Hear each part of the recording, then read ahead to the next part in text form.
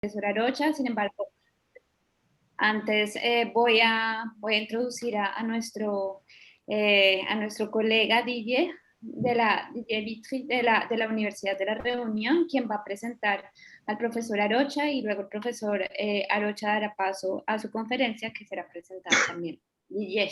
Entonces, Didier, bienvenido. Muy bien, gracias. Pues sí, hace 3 días tuve el honor de hacer la presentación inaugural de la primera mesa en homenaje al profesor Jean-Pierre Tardieu, y hoy tengo el honor de poder presentar al profesor Jaime Arocha Rodríguez para clausurar estos 4 intensos días de coloquio. Jaime Arocha es doctor en Antropología Cultural de la Universidad de Columbia en Nueva York. Es investigador emérito de Colciencias, que fue el principal organismo de la administración pública colombiana encargado de la política del Estado en ciencia, tecnología e innovación desde el año 1968 hasta el año 2019. Jaime Arocha es también profesor del programa de antropología de la Universidad Externado de Colombia y es columnista del periódico independiente El Espectador sobre cultura e historia de los pueblos de ascendencia africana. Sus principales trabajos de investigación tratan sobre temas antropológicos y fueron publicados a partir de los años 1980. Su último libro, Afroanimismo, Memorias de África en la apuesta por la vida, publicado en 2019, recoge sus artículos de opinión publicados en El Espectador entre 2008 y 2018. Yo contaba el martes una anécdota que me llamó la atención en la parte de los agradecimientos, en la que el profesor Arocha puntualiza que uno de sus amigos, líder del movimiento afro, fue víctima del racismo de un policía que estaba a punto de arrestarlo con otras 2 personas negras por el solo hecho de viajar los 3 en un coche BMW. Este infortunado suceso de su amigo le ayudó al profesor Arocha a precisar los casos de racismo que se habían dado en Bogotá más particularmente. Y a mí esta anécdota me recordó la broma que quiso hacerme un taxista al salir del aeropuerto de Quito durante mi último viaje a Ecuador en el 2014. Resolviendo su propio acertijo, el taxista sostenía que un hombre blanco que está corriendo es un hombre que está haciendo jogging y que un hombre negro que corre es un ladrón. Estas dos lamentables anécdotas me recuerdan a su vez otra, la de una joven venezolana que había huido de su país y había migrado a Ecuador en el año 2017 y que afirmaba en un video difundido en las redes sociales que los ecuatorianos eran feos porque parecían indios. Estas anécdotas podrían parecer triviales e insignificantes, ya que no han producido mayores consecuencias directas, aunque la historia del amigo del profesor Arocha hubiera podido acabar mal. Pero las ponencias que hemos escuchado durante estos 4 días confirman que estas historias son significativas de una realidad que evoca el profesor Arocha en sus artículos. Una realidad en la que el racismo y los peores y más peligrosos estereotipos sobre las poblaciones afrodescendientes e indígenas en las sociedades hispanoamericanas actuales persisten. Este racismo es uno de los numerosos obstáculos aludidos por el autor en su libro. Es uno de los numerosos obstáculos enfrentados por las poblaciones colombianas con ascendencia africana que practican un animismo en el que tienen una relación especial que los hermana con la naturaleza que los rodea. Un animismo que seguramente es muy parecido al animismo practicado por los indígenas con los que han tenido contactos más o menos armoniosos desde los principios de la colonia. Jaime Arocha cita, por ejemplo, en su introducción, entre otros temas, el caso de la convivencia pacífica de los afrodescendientes colombianos animistas con sus vecinos, los indígenas, en Vera. Escuchemos entonces las reflexiones que va a compartir con nosotros el profesor Arocha sobre estos temas en su conferencia magistral titulada Afroanimismo en la apuesta por la vida. No, yo, después de esa introducción, yo no sé qué decir. Creo que ha sido la introducción más elogiosa que he recibido en mi vida académica.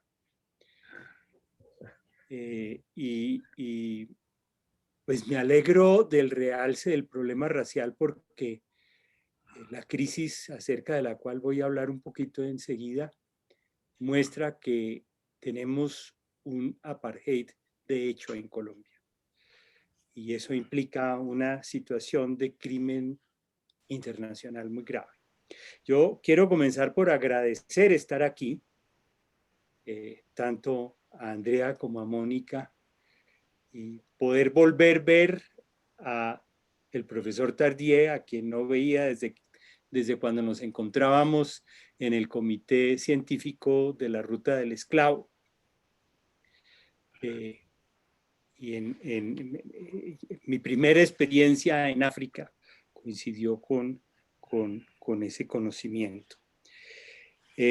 Yo la reflexión que traigo sobre el animismo la voy a poner un momento en pausa para poder señalar la crisis que estamos viviendo en Colombia, la profundísima crisis que nos está como jalando de varios extremos al mismo tiempo, el extremo de la represión y una especie de dictadura disimulada que se concreta con el decreto 575 que le da a la fuerza pública toda la posibilidad de reprimir las manifestaciones que se iniciaron el 18 de abril en protesta por una reforma fiscal y económica que castigaba sobre todo a la clase media y a la clase baja del país.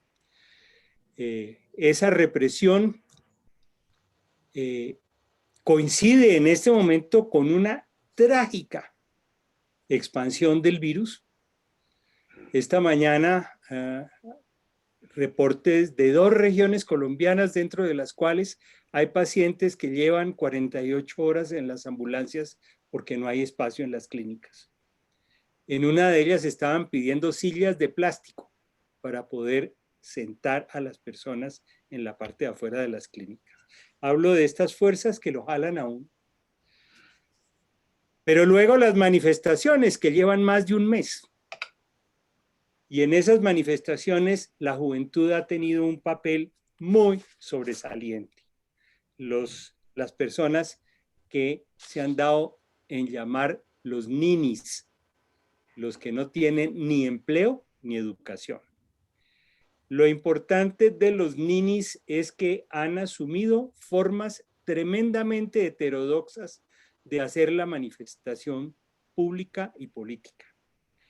Y en esas manifestaciones nuevas, totalmente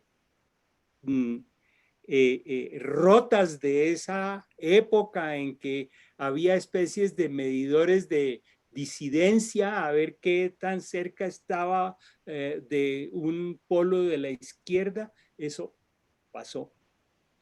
Y lo que tenemos, y que tiene que ver con las exposiciones que acabo de oír, y que de una vez lanzo el reto de que esas personas, estos expertos que han hablado, van a tener que responder a lo que está pasando. ¿Por qué? Porque es la plástica, la estética callejera, la danza y la música, los elementos fundamentales de esa heterodoxia que está en las calles. Eso nunca había ocurrido en la historia colombiana. Las batucadas, todas las danzas teñidas de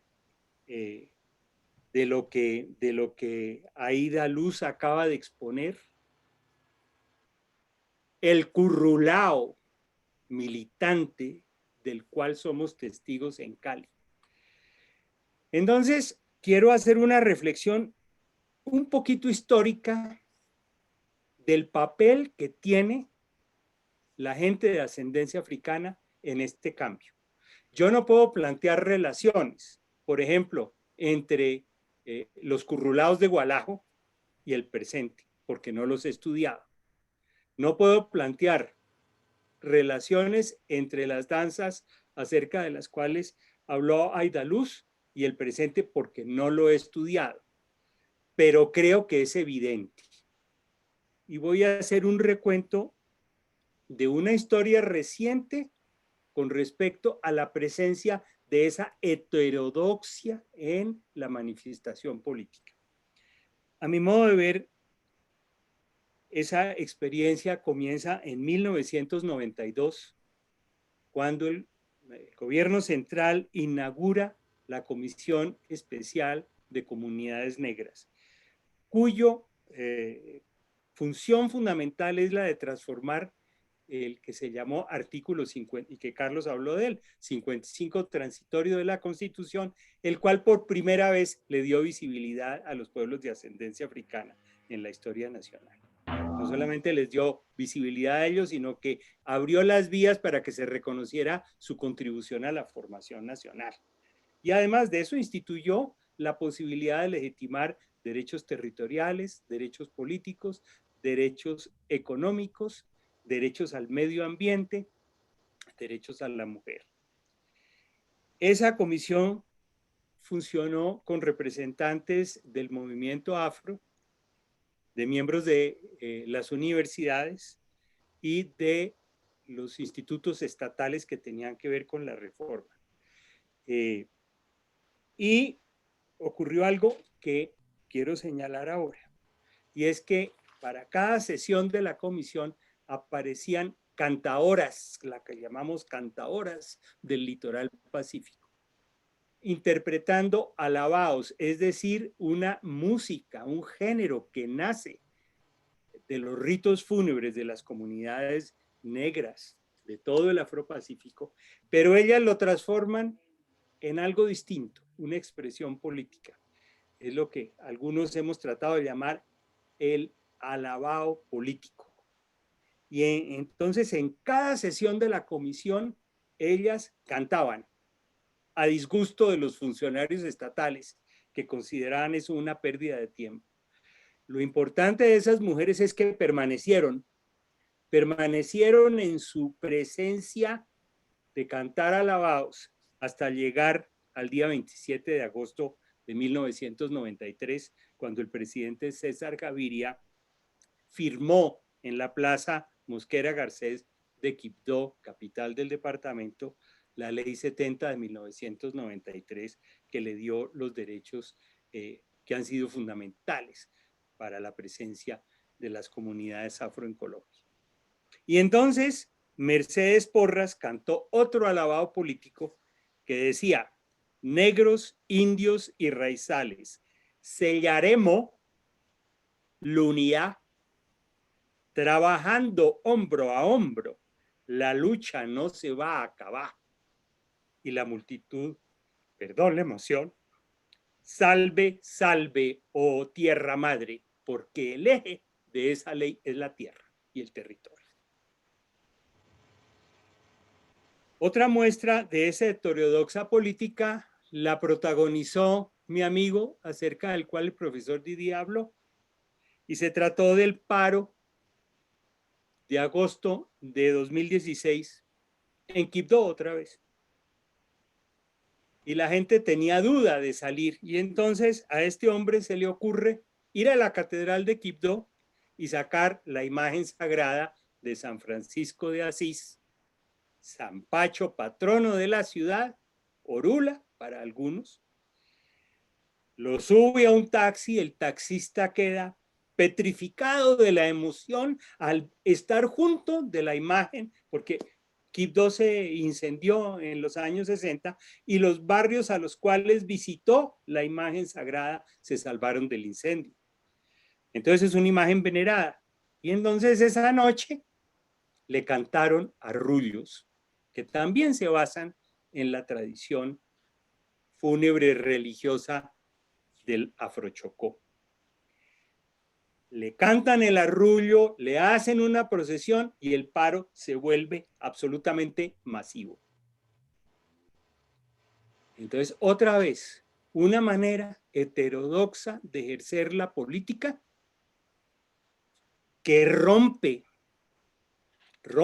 con esas tradiciones, ¿sí?, que nos hablaban de disidencias y de qué tan lejos estábamos del trotskismo o del emelismo, que era la tendencia china, etc. Estamos lejos de eso. Volviendo a esa irrupción de la estética musical militante, que tiene una genealogía afro, me voy al 26 de septiembre de 2016, cuando se firmó en la Plaza de Banderas del Centro de Convenciones de Getsemaní en Cartagena de Indias el acuerdo de paz con la guerrilla FARC-EP, Fuerzas Armadas Revolucionarias de Colombia, Ejército Popular y la administración del presidente Juan Manuel Santos. Ese día, y aquí vendría una discusión muy interesante acerca de la instrumentalización. Voy a decir algo terrible, porque las comunidades afro se están debatiendo entre dos fuerzas. La del Ministerio de Cultura, que exalta, por ejemplo, a la marimba, de la cual ha hablado Carlos, y el Ministerio de Defensa, que pone sus ametralladoras en contra de la gente para desplazarla de sus territorios. Lo que viene sucediendo, siguiendo al antropólogo brasileño José Jorge de Carvalho, lo ha llamado la exofilia, la afiliación en lo estético, la exclusión en lo sociopolítico. Entonces, el Ministerio de Cultura a veces se convierte en una especie de alfombra debajo de la cual se barre toda la basura que produce el Ministerio de Defensa.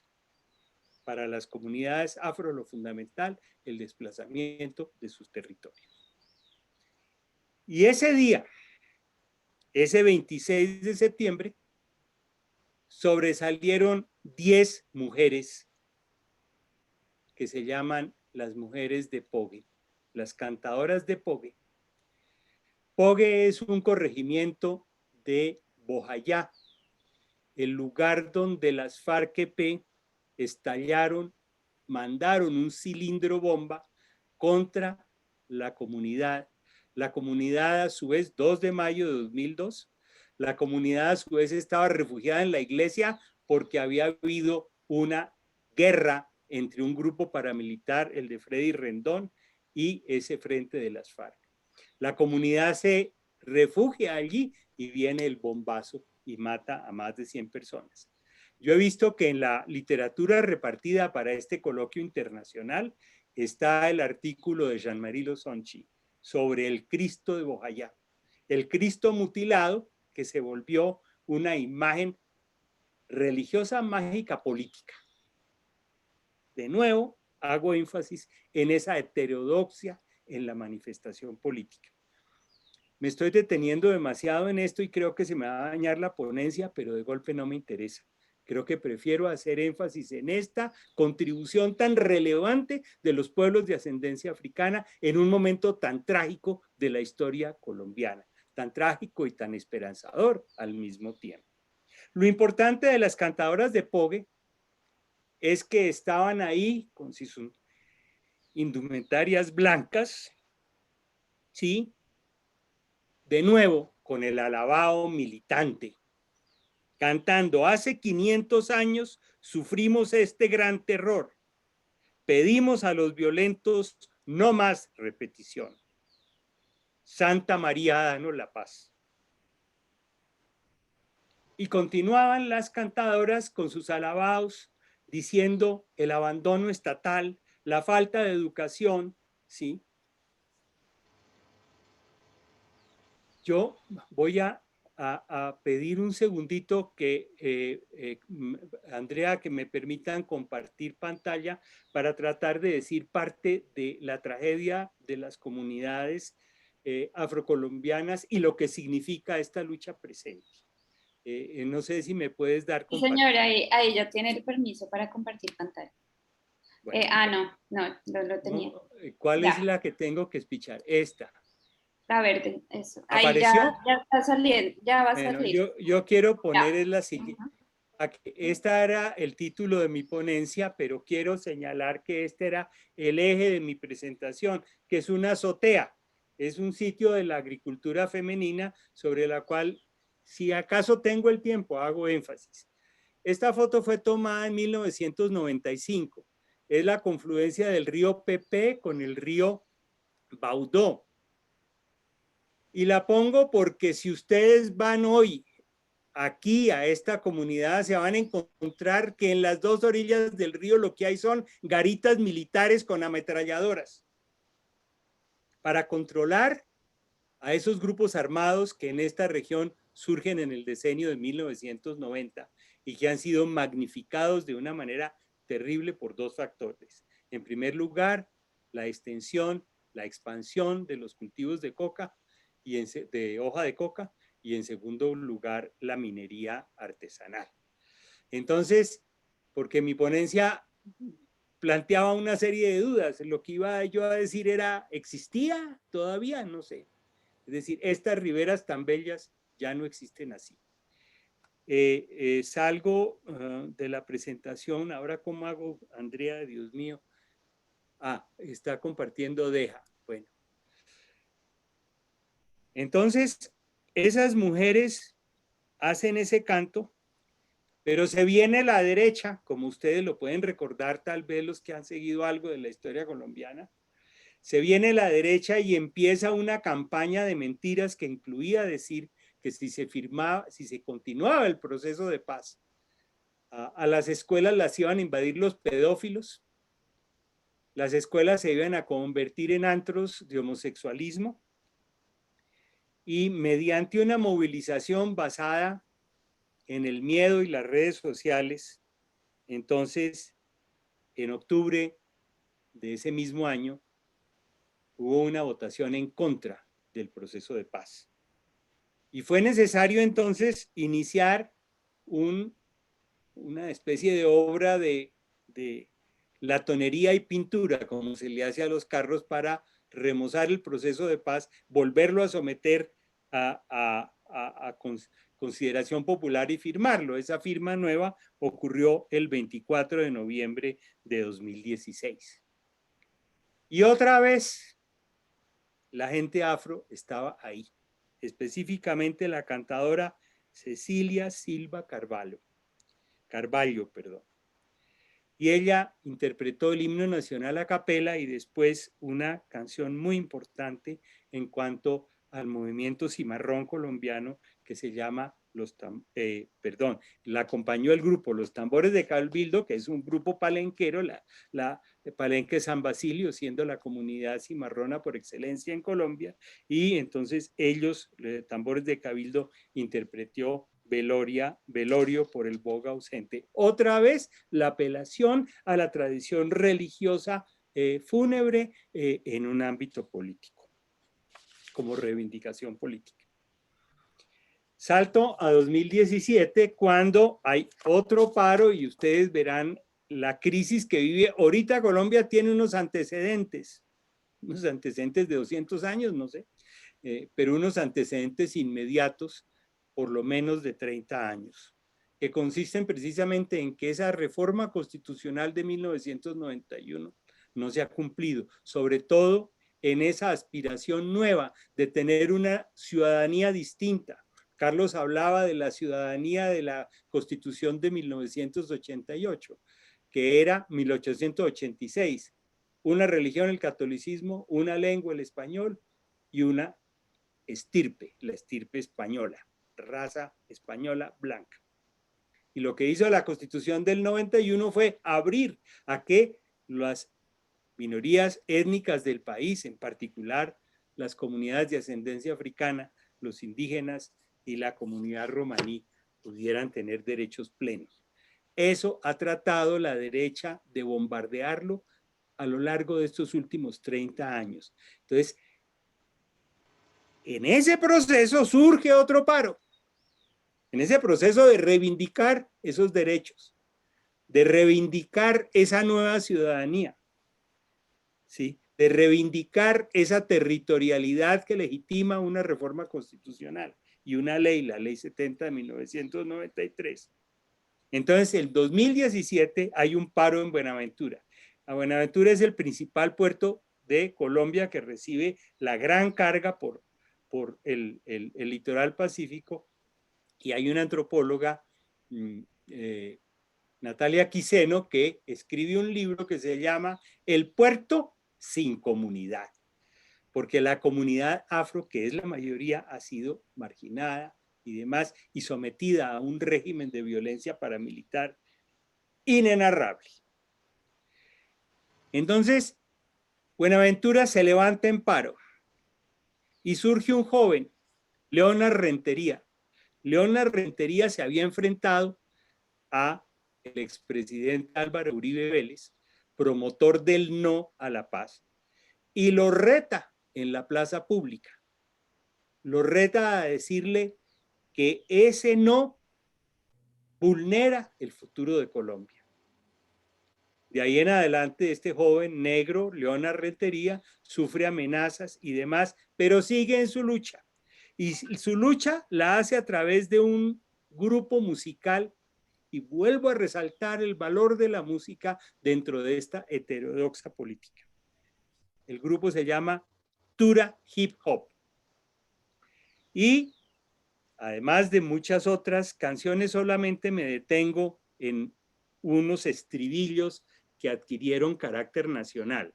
Ni por el son barrios de Buenaventura, ni por el bajo ni por el medio son barrios de Buenaventura, ni por el bajo ni por el medio ni por el putas nos retrocederemos. Y el otro, el pueblo negro no se rinde, carajo. Esos estribillos se volvieron estribillos nacionales de un movimiento que impactó a toda la nación gracias a algo muy importante. Los grupos de mujeres artistas de Cali, de específicamente el distrito de Agua Blanca, hoy en día sometido a una represión espantosa, pero también creador de un movimiento de resistencia impresionante. Hablo, por ejemplo, de las mujeres de la Casa del Chontaduro. ¿Sí? Y hoy ya situándonos en porque las personas que han hablado antes han hablado de los ritmos más importantes de la gente de ascendencia africana. Entonces, me refiero a varios de ellos. Este alabao que se volvió militante, que salió de la funebria para localizarse en el ámbito de la política, entonces también ha hecho, porque entiendan, nunca en la historia colombiana se había visto tal cantidad de gente en las calles, con pancartas, tumbando estatuas de los conquistadores, ¿sí? Reivindicando la identidad indígena alrededor de la minga y el surgimiento de estas guardias pacíficas de los pueblos étnicos, la guardia indígena, la guardia cimarrona, que se enfrentan a grupos, los jóvenes de la primera línea, las madres de la primera línea, todos enfrentándose con armas de paz a gente que está disparando. Y entonces, en ese barrio, porque en Cali, como en muchas partes del país, hay barrios de población afro, de mayoría de población afro, y son sowetos dentro de los cuales a la gente se le ha marginado conscientemente, porque el fenómeno es, se destierran del litoral pacífico. Yo no sé, Andrea, si nuestra audiencia está familiarizada cómo es Colombia o si pongo un mapa.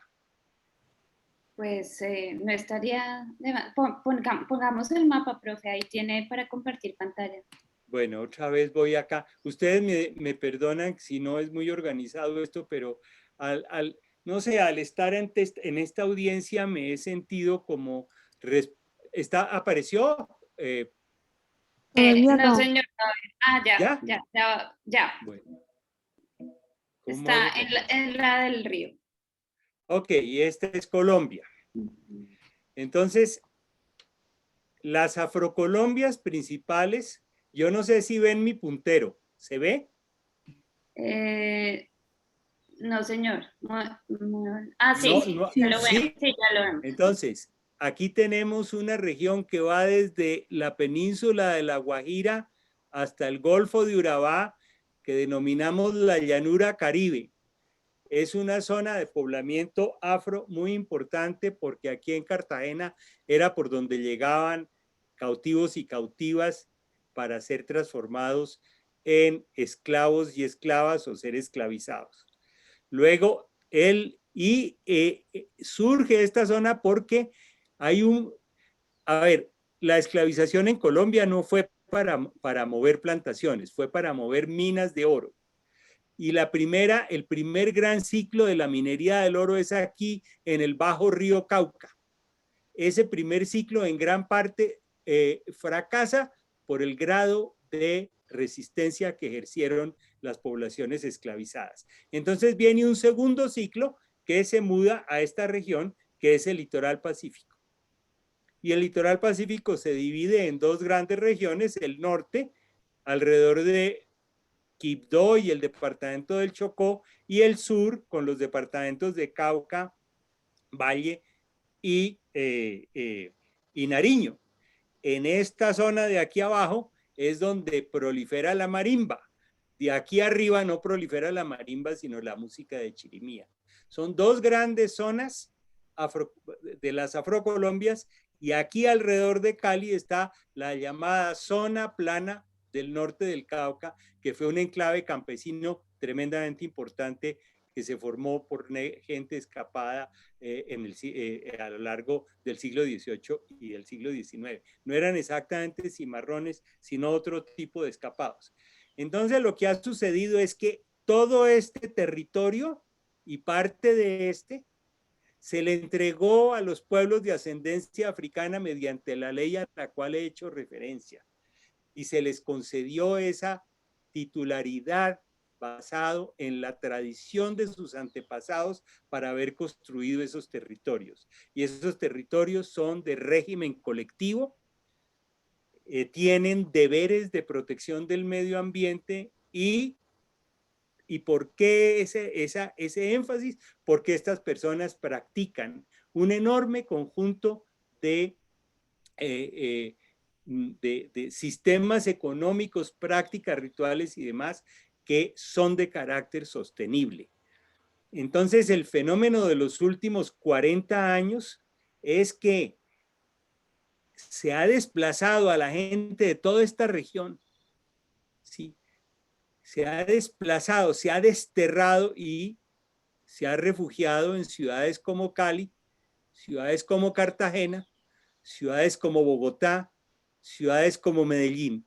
Entonces, en cada una de esas ciudades hay unas especies de sowetos, de gente negra.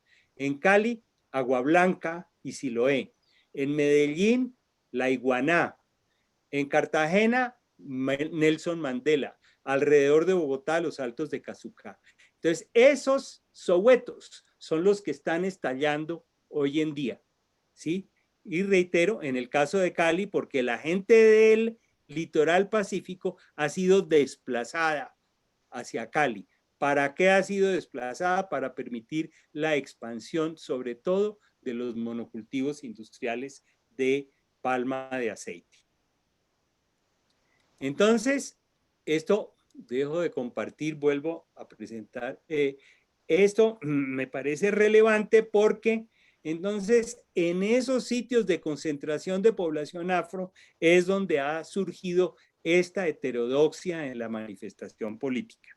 Y entonces allí en Siloé, donde se organizó una forma de resistencia impresionante y también la reacción sobre todo de la aristocracia ha sido armada.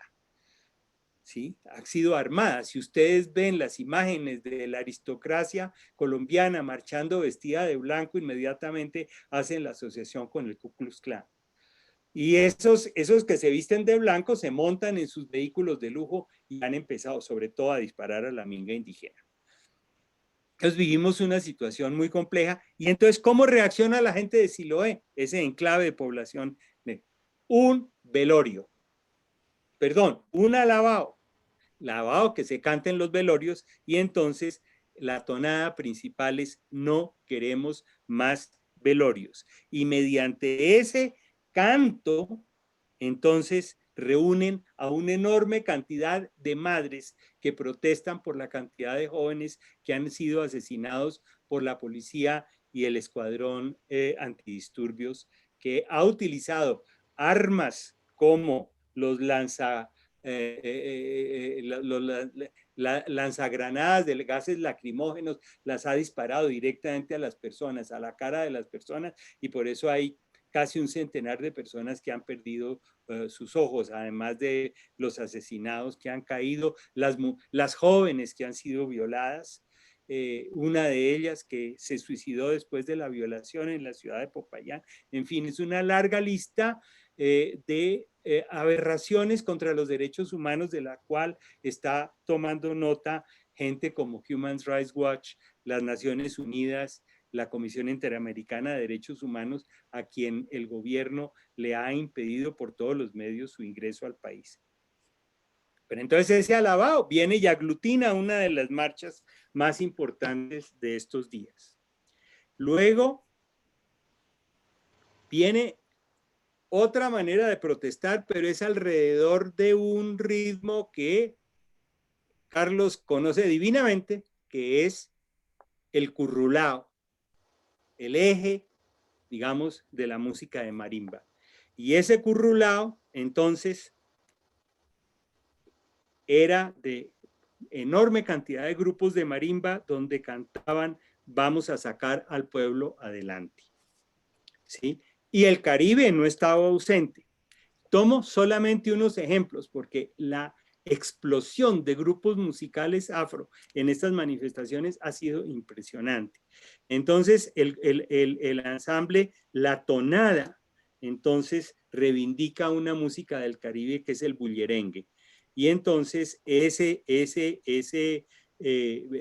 bullerengue, el título de ese bullerengue es Un grito de resistencia traigo yo, y vuelve la música a impulsar masas de población que sale. Es que llevamos ya 38 días de estar manifestándonos en las calles, ¿sí?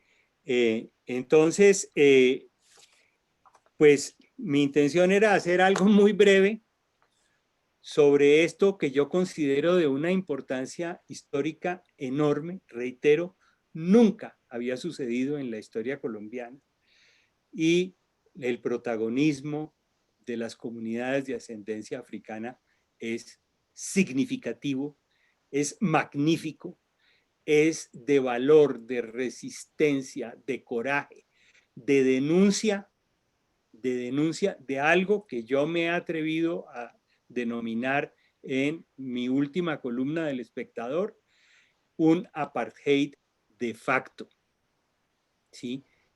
Y me inspiré para esa columna al estudiar el problema israelo-palestino, dentro del cual Human Rights Watch llama la atención de que los judíos cometieron crímenes de apartheid y opresión, y mencionan la Convención Internacional contra el Apartheid realizada en 1973.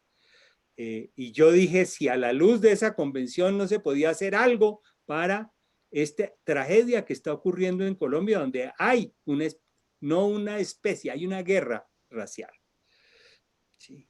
Una guerra racial sustentada por un sistema de segregación espacial muy significativo. Yo preguntaba si la Corte Penal Internacional, basándose en la Convención de 1973 contra el apartheid podía actuar en Colombia. La respuesta de los abogados es que no, porque el apartheid, según consta en la convención, tiene que partir de una legislación del derecho positivo, algo así como eran las leyes de Jim Crow en los Estados Unidos, que había una legislación mediante la cual se le decía cuál era la posición de la gente negra, cómo se excluía y demás. En el caso de Colombia, no. Colombia es un país de mestizos. El mestizaje nos liberó, nos volvió democráticos y rompió las barreras raciales. Sí, para los mestizos que son blanqueados, pero para los mestizos que tienen mucho de negro y mucho de indio, no hay eso. No hay ningún ejercicio fundamental de una democracia totalmente abierta. Yo no sé, yo creo, Andrea y Mónica, que resulté haciendo una improvisación tremendamente emocional, que dañé mi conferencia. Creo que ya es mi tiempo y pues no sé, me excusan la emotividad, pero creo que lo que nos está pasando debe tener un realce mundial. No, señor, pues al contrario, le agradecemos. Hemos tenido algunos momentos y referencias emotivas, pero sin duda en su contundencia, pues es el marco perfecto para darle cierre, digamos, a este coloquio que también pues sirve desde la academia para visibilizar precisamente con urgencia este llamado a la situación de Colombia. Entonces, le agradecemos, le agradezco personalmente y estoy segura que entre los acá presentes también pues habrá algunas reacciones y agradecimientos. No sé si alguien... Andrea, solamente quiero decir que yo mandé entonces el vínculo del borrador mejor terminado de la conferencia junto con las transparencias y además el artículo, un artículo sobre la homobiosfera, es decir, la integración de la gente con su medio, a la cual se refirió el profesor Didier. Entonces está sí, también para el servicio de toda la comunidad reunida en el coloquio. Muchas gracias. Muchas gracias. Hemos recibido el artículo, lo hemos difundido ya esta mañana y las diapositivas y el enlace lo vamos a difundir mañana que hagamos una síntesis por correo electrónico. Yo le agradezco también personalmente y a nombre de toda la organización del coloquio su participación, la emotividad y la presencia de la política que es urgente, de la cual es urgente hablar ahora. No hay, creo, nada que excusar, por el contrario. Siempre se habla aquí de cuando evocamos desde el punto de vista antropológico, histórico, literario, etcétera, de todo lo político que han implicado las luchas y las reivindicaciones del mundo afro-hispanoamericano, afro-latinoamericano, y yo creo que no podemos hacer ahora más que no solamente solidarizarnos, sino que visibilizar estas acciones que usted ha mencionado muy bien. Muchas gracias. A ustedes, y el reto para Idaluz y Carlos, al otro expositor no lo oí, pero estoy seguro de que serán capaces de trazar líneas entre lo que están estudiando y este presente de heterodoxia política. Muchas gracias. Gracias a usted. ¿Sí, Mónica? Sí, no sé, quiero ver si alguien tiene alguna pregunta. Está Carlos que quizás quiera...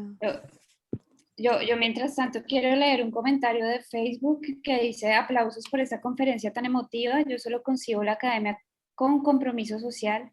Coincido con la descripción del momento que atraviesa Colombia, trágico y esperanzador. Muchas gracias. Y muy pertinente su ponencia, muy esclarecedora, dicen en el Facebook Live. Entonces, ¿y ese quién es? ¿O esa quién es? No sabemos. Alexander Gamba le manda felicitar y otra persona que se llama Lampida Nocturna. Ella es Luciana, es una colega mexicana. Es Luciana, perdón Luciana, no conocía tú. Es una colega mexicana, sí, estamos en la isla de la Reunión, pero hay, bueno, muchos colegas mexicanos, hay una colega brasileña que vive aquí y bueno, yo soy peruana y hay algunos peruanos también, investigadores, colegas que nos acompañan aquí para darle un poco el panorama geográfico. En Perú vivimos también una realidad política, social muy convulsa. Como usted lo dijo también, parece que hace 200 años venimos repitiendo un poco la misma historia con periodos de crisis más intensos que otros, pero digamos que nunca hemos salido un poco de este periodo, de esta etapa convulsa, ¿no? Pero bueno, sí vemos el lado, eh, si vemos lo que está pasando en Colombia, hay de todas maneras muchas diferencias. No sé si mis colegas peruanos quieran decir algo. Yo quería quizás hacer una preguntita. Bueno, primeramente agradezco muchísimo por esta presentación emotiva, pero muy linda y necesaria. En el momento no hay como no estarmos emotivos. Bueno, yo soy brasileña y como dijo Mónica ahora, claro, compartimos muchas cuestiones sociales y parece que estamos como que bloqueados en ciclos y todos juntos en América Latina. Y la pregunta que quería hacer frente al caso de Colombia, claro, basado también en lo que reflito sobre Brasil, es que, profesor, ¿usted piensa que el hecho que en los últimos años hemos vivido algunos avances, conquistas en términos de raza, de clase, de, bueno, identidades de género y cosas que han surgido especialmente en el inicio de los años 2000? En todo caso, en Brasil vivimos esto muy fuerte con Lula y hubo muchos avances en términos sociales y, bueno, identitarios. Lo que siento es que cuando avanzamos parece que llegamos a un límite de la política aceptable de estos avances y ya vuelve de nuevo el peor a venir, como los ciclos. Avanzamos, conquistamos y vuelve todo a caer de nuevo.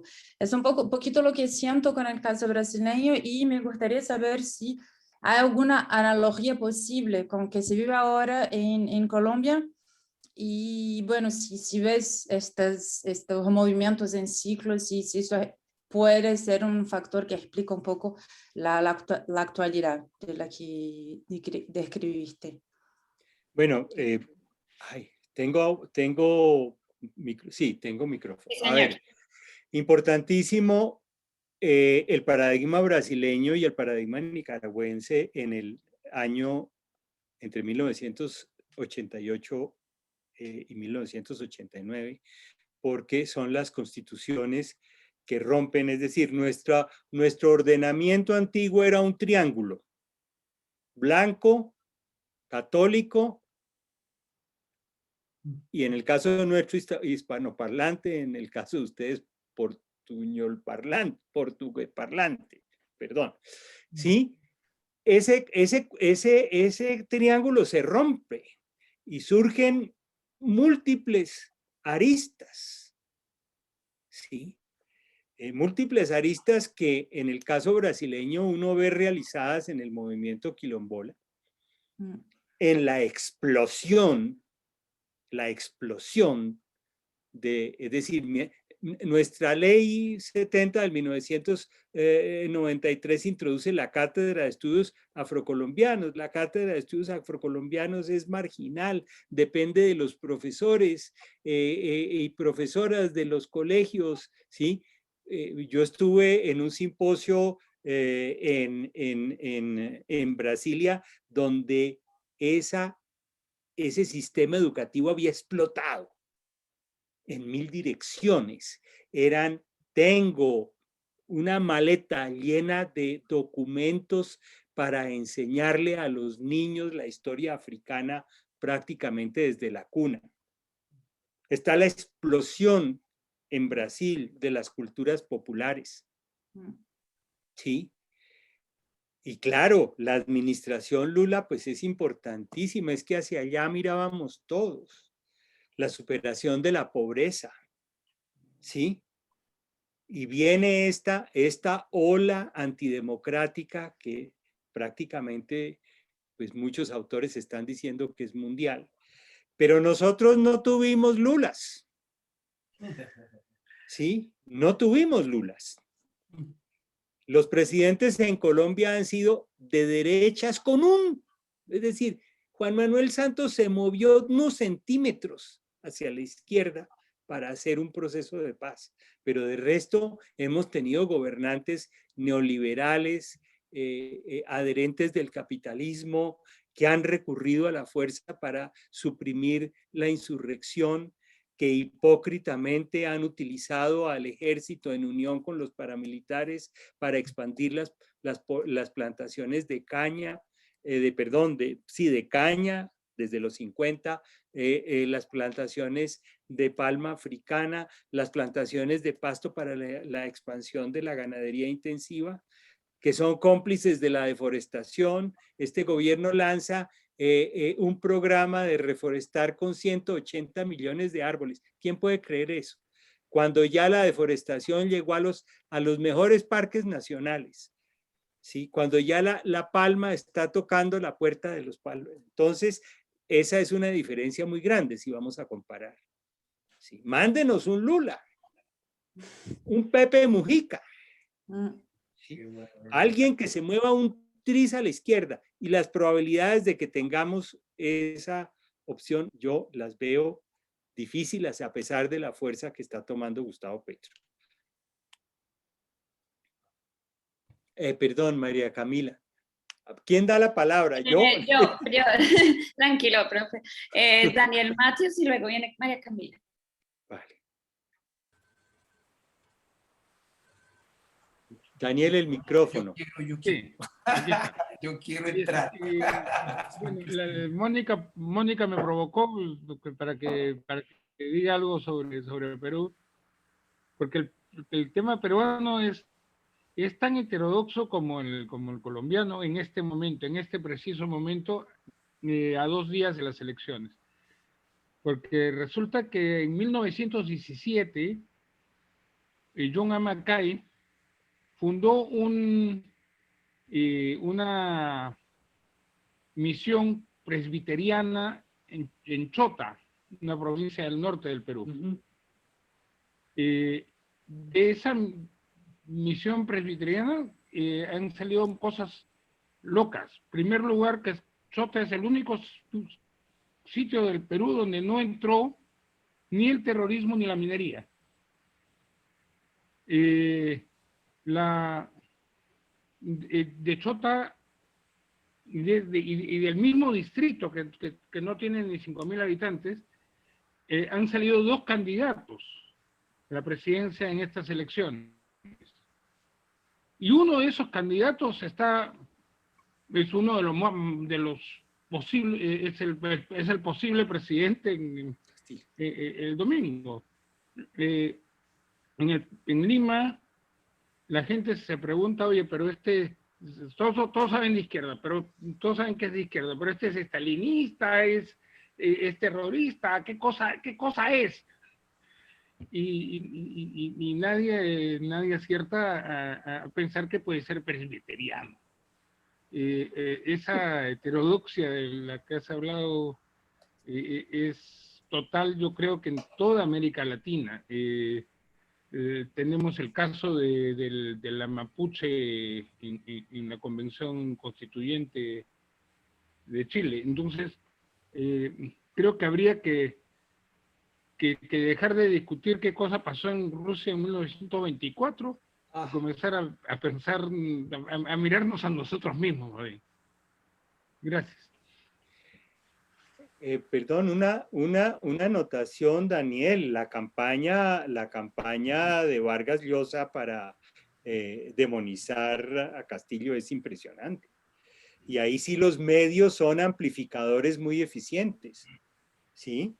Eso fue lo que nos pasó a nosotros con el plebiscito a favor de la paz, ¿sí? Que la derecha demonizó el plebiscito, como estaba diciendo, y los medios y redes, ¿sí? Entonces, esa es una cosa muy importante.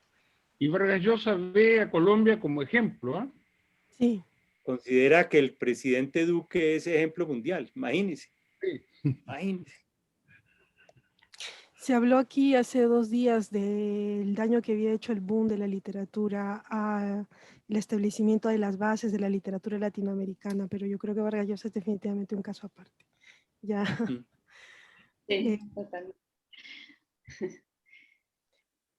María Bueno, vamos a Camila. darle la palabra a María Camila. Gracias y muchísimas gracias, profesor Arocha, por esa gran conferencia. De verdad que me siento muy privilegiada de haberla escuchado y pues de poder pensar esta situación tan dolorosa también a partir de todo lo que usted nos ha explicado y todo lo que usted nos ha dicho. Yo quería hacerle, bueno, 2 preguntas cortas. Una primera justamente también pensando en este asunto que estábamos mencionando sobre los medios de comunicación. Quería preguntarle sobre el papel justamente de los medios de comunicación en estos momentos. Pues hemos visto que gran parte de lo que ha pasado en la calle es que la gente está cuestionando las versiones de estos medios tradicionales, de estos medios progobiernistas, pero quería preguntarle también un poco al respecto de cómo se ha cubierto la situación, pero también sobre cómo los medios han sido agentes dispersores del racismo, cómo los medios han reproducido estas ideas racistas que también han salido sobre la mesa, pues a propósito de la minga indígena, a propósito de los ataques a la minga indígena, que muchos de los manifestantes asesinados sean afrocolombianos. Esa sería una, profesor, y la otra pregunta que pues esta la hago pensando pues en que quizás su visión es una visión también muy esperanzadora en muchos sentidos y es preguntarle qué escenarios futuros usted ve posibles, cómo ve el futuro de esta situación, porque creo que en estos momentos es tan dolorosa la violencia que uno le cuesta pensar en qué va a pasar, en qué esperan, dónde está la luz al final del túnel. Entonces sí me gustaría escuchar, profesor, usted qué opina al respecto y nuevamente agradecerle muchísimo por sus palabras que de verdad son tan importantes y necesarias ahora. Gracias. A ver, no me sé de memoria las encuestas últimas que ha habido, pero de golpe Carlos, que está aquí en Bogotá, puede lanzar números, pero es impresionante el desprestigio del gobierno y del Partido Centro Democrático con su director, el expresidente Álvaro Uribe.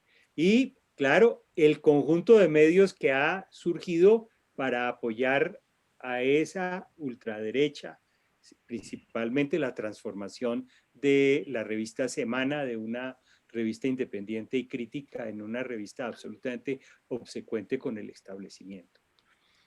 Y entonces el periódico El Tiempo, El Espectador, que permanece siendo un periódico independiente, pero luego el surgimiento de los portales autónomos, que me parece muy importante. Los Danieles, La Silla Vacía, y toda esa difusión que se está dando por Twitter, por ejemplo, la importancia de la voz de un periodista como Gonzalo Guillén, ¿sí? O la voz muy amplificada por Twitter de Iván Cepeda Castro, el congresista que propone llevar ante la Corte Penal Internacional tanto al presidente Duque como al expresidente Uribe. Lo que yo anotaría que nos corresponde profundizar en la reflexión para tener una línea histórica de este problema es el papel de los medios humorísticos. Me refiero a un programa de radio en Bogotá, nace en Bogotá, pero se extiende por todo el país, que se llama La Luciérnaga.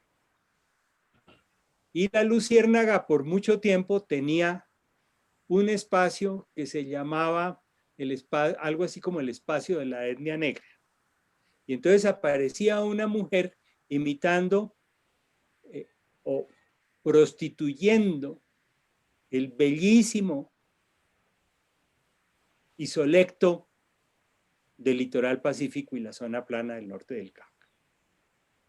¿Sí? Y siempre usaba esa prostitución de la manera de hablar en esa zona para retratar a la gente negra como estúpida. ¿Sí? Entonces, si había una reivindicación nacional, por ejemplo, en contra de un ataque paramilitar a un pueblo, entonces este programa lo ponía en ese registro de ridiculizarlo. Y luego estaba un programa que tiene una audiencia enorme, que es Sábados Felices, donde siempre hay alguien que usa esta estratagema que los gringos llaman blackface, es decir, el blanco que se pinta de negro y se pone los labios exagerados, y también utiliza ese lenguaje denigratorio, ¿sí?, que tiene esa función fundamental de unir estupidez, habla y color de piel, ¿sí? Y si usted piensa en las leyes Jim Crow, se llaman Jim Crow porque precisamente hubo un personaje que ridiculizó a la gente negra, ¿sí? El minstrel, que es pintarse la cara de negro con luz, ¿sí? Y ridiculizarlo. Las leyes del Jim Crow tuvieron un sustrato muy importante en ese proceso de ridiculización, ¿sí? Porque Laura de la Rosa Solano acaba de hablar de la obra de Múnera. Y Múnera tiene un trabajo muy importante de cómo en Colombia se racializó la geografía. Entonces hay unas zonas negras, unas zonas blancas, pero las zonas negras no solamente son de trópico, ¿sí? Son de estúpidos, de gente libidinosa, incapaz del razonamiento abstracto, ¿sí? Y esa geografía tiene un sustento muy importante en su persistencia en los medios y en el sistema educativo, ¿sí? Entonces, por eso la importancia de que el sistema educativo reivindique a las regiones, a las naciones de África que fueron donantes de cautivos y cautivas, donantes forzados, lógicamente, reivindique sus grados de civilización. Si lo que acaba de decir el profesor Tardieu es tan importante, la danza. Sí, yo me acuerdo cuando llegamos a la Costa de Marfil y hay esa explosión de danza de Sualiguru, que yo no conocía, ¿no? Eso es magnífico, es una muestra de una fortaleza extraordinaria y yo he militado en mis clases para que esa África figure así me digan fundamentalista, esencialista, no sé, pero me parece muy importante reivindicarla como fuente de civilización, ¿sí? Lo que acaba de exponer Carlos, el parentesco entre el balafón y la marimba. Yo, si me mandan el correo de Carlos, o para todos, comparto dos videos que me parecen muy importantes. Uno es el video de UNESCO sobre el Soso Bala, el balafón sagrado que se atribuye a que fue tocado por Sundiata Keita. Y entonces hay una ceremonia anual que se le transporta y demás. Entonces está el video del Soso Bala y está el video de el maestro